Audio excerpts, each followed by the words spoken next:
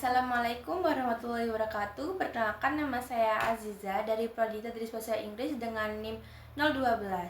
Pada kesempatan kali ini saya akan menjelaskan bab 8 tentang ajaran-ajaran dalam ilmu tasawuf.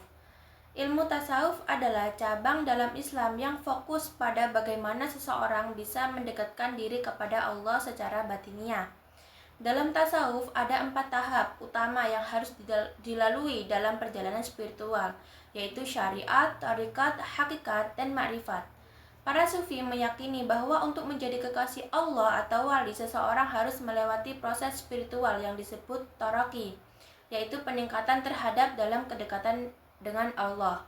Yang pertama yaitu syariat, adalah aturan dan hukum Islam yang mengatur kehidupan sehari-hari, seperti sholat, puasa, zakat, dan lainnya. Bagi sufi, ini adalah langkah awal yang penting. Mereka tidak melihat syariat hanya sebagai kewajiban luar, tetapi juga sebagai jalan awal menuju Allah. Seorang tokoh sufi, Imam Rabbani atau Ahmad Syirhindi, menekankan bahwa walaupun seseorang telah mencapai tingkat hakikat, syariat tetap harus dijalankan. Yang kedua yaitu thariqat, adalah jalan atau metode spiritual yang digunakan untuk membersihkan jiwa. Tahap ini mencakup latihan-latihan seperti mujahadah, melawan hawa nafsu, riyadah, latihan spiritual secara konsisten, dan muhasabah, introspeksi dan evaluasi diri. Tujuannya adalah untuk menyucikan hati agar siap menerima cahaya ilahi. Yang ketiga ada hakikat, yaitu kebenaran sejati, pemahaman mendalam tentang realitas Allah. Di sini seseorang mengalami fana atau hilangnya ego dan bakal kekal bersama Allah.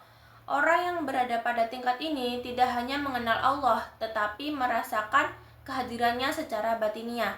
Yang keempat yaitu ma'rifat, pengenalan mendalam terhadap Allah. Kata ini berasal dari arafa yang berarti mengetahui atau mengenal.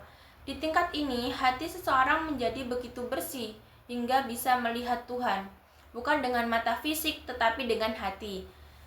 Ini adalah hasil dari usaha spiritual yang gigih dan juga karunia langsung dari Allah. Dalam tasawuf dikenal juga konsep maqamat dan ahwal. Maqamat yaitu tahap-tahap yang harus dilewati seseorang sufi dalam perjalanannya. Ini meliputi tobat, zuhud atau menjauh dari dunia, sabar, tawakal, berserah diri, dan ridho menerima takdir dengan lapang dada.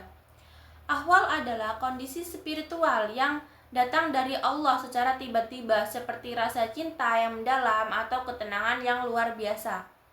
Tujuan akhir dari perjalanan ini adalah ridho Allah. Selain itu, tasawuf mengenal konsep ihsan kamil, yaitu manusia sempurna. Ini adalah seseorang yang telah mencapai kesempurnaan dalam pengenalan terhadap Allah dan menunjukkan akhlak yang mulia. Menurut sufi besar seperti Ibnu Arabi dan Abdul Karim Al-Jili, insan kamil adalah cermin dari sifat-sifat Tuhan di bumi. Nabi Muhammad SAW dianggap sebagai contoh sempurna dari insan kamil. Lalu ada juga konsep waliullah atau aulia, yaitu orang yang sangat dekat dengan Allah. Mereka memiliki tingkat keimanan dan ketakwaan yang tinggi. Dalam pandangan sufi, wali terbagi menjadi dua, yaitu mereka yang dicintai Allah secara langsung atau seperti para nabi, dan mereka yang mencintai Allah dan berjuang untuk dekat kepadanya melalui ibadah dan kesungguhan. Para wali memiliki derajat spiritual dari yang tertinggi seperti kutub atau ghuwats hingga tingkatan lain seperti abdal dan nuqobah. Mereka dipercaya memiliki peran dalam menjaga keseimbangan spiritual dunia, meskipun sering tidak dikenal oleh masyarakat umum.